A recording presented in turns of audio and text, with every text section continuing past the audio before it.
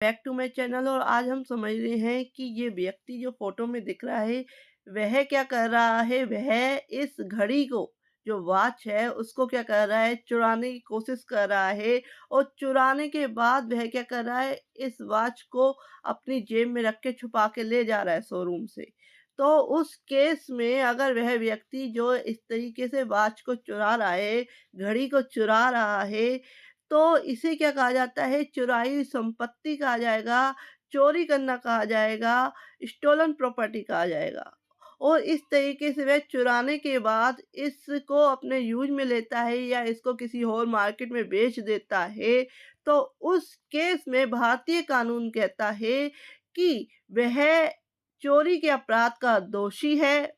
और वह क्या कर रहा है, अगर इसको प्रॉपर जो ये वॉच है उसको बेच दे रहा है, उस केस में इसको जो सज़ा है वो 3 साल की सज़ा होगी, साथ में जुर्माना होगा।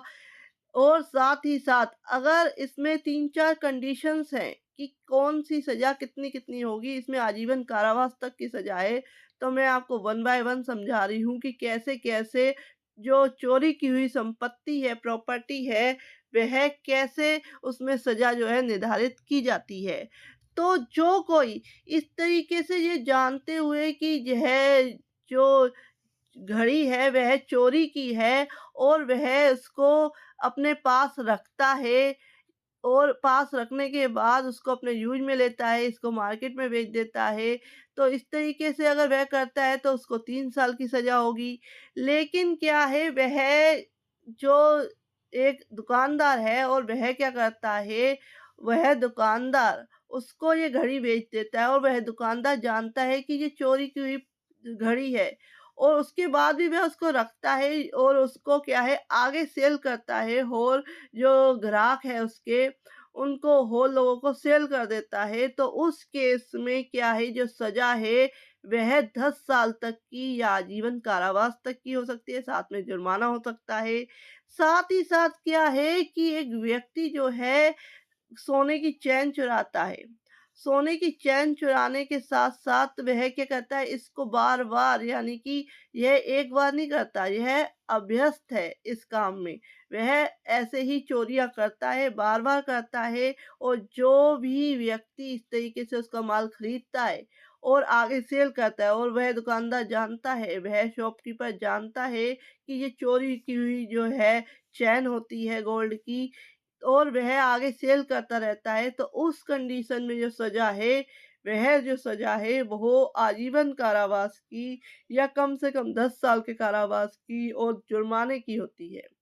तो इस तरीके से अभ्यस्त है। और ये क्या है कि इसके चुराने के बाद जो दुकानदार को बेच रहा है, और वह जानता है कि ये डकैती, यानी कि किसी भी शोरूम में डकैती करके ये सारी चेन्स जो है चुराई गई हैं।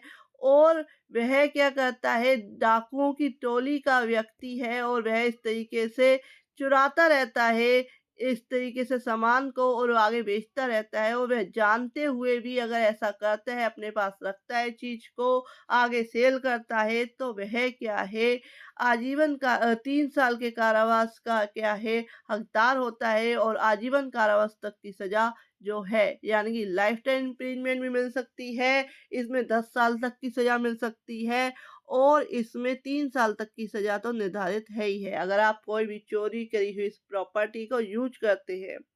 तो फ्रेंड्स, अगर इस तरीके से कोई करता है तो इसको इतनी सज़ा है, इसलिए अवेयर रहिए। कोई भी प्रॉपर्टी अगर वह व्यक्ति यह जानते हुए चोरी करता है, चोरी करने के बाद सेल करता है, तो वह जो भारतीय न्याय संहिता बीएनएस के सेक्शन 317 के अंतर्गत अपराध का दोषी है। सेक्शन 317 कहता है कि अगर कोई व्यक्ति किसी प्रॉपर्टी को चुराता है, सेल करता है, अपने पास रखता है और जानते हुए ऐसा सब कुछ करता है, तो वह इस अपराध का दोषी है। तो फ्रेंड, ऐसी वीडियो के लिए please like, share, subscribe my channel.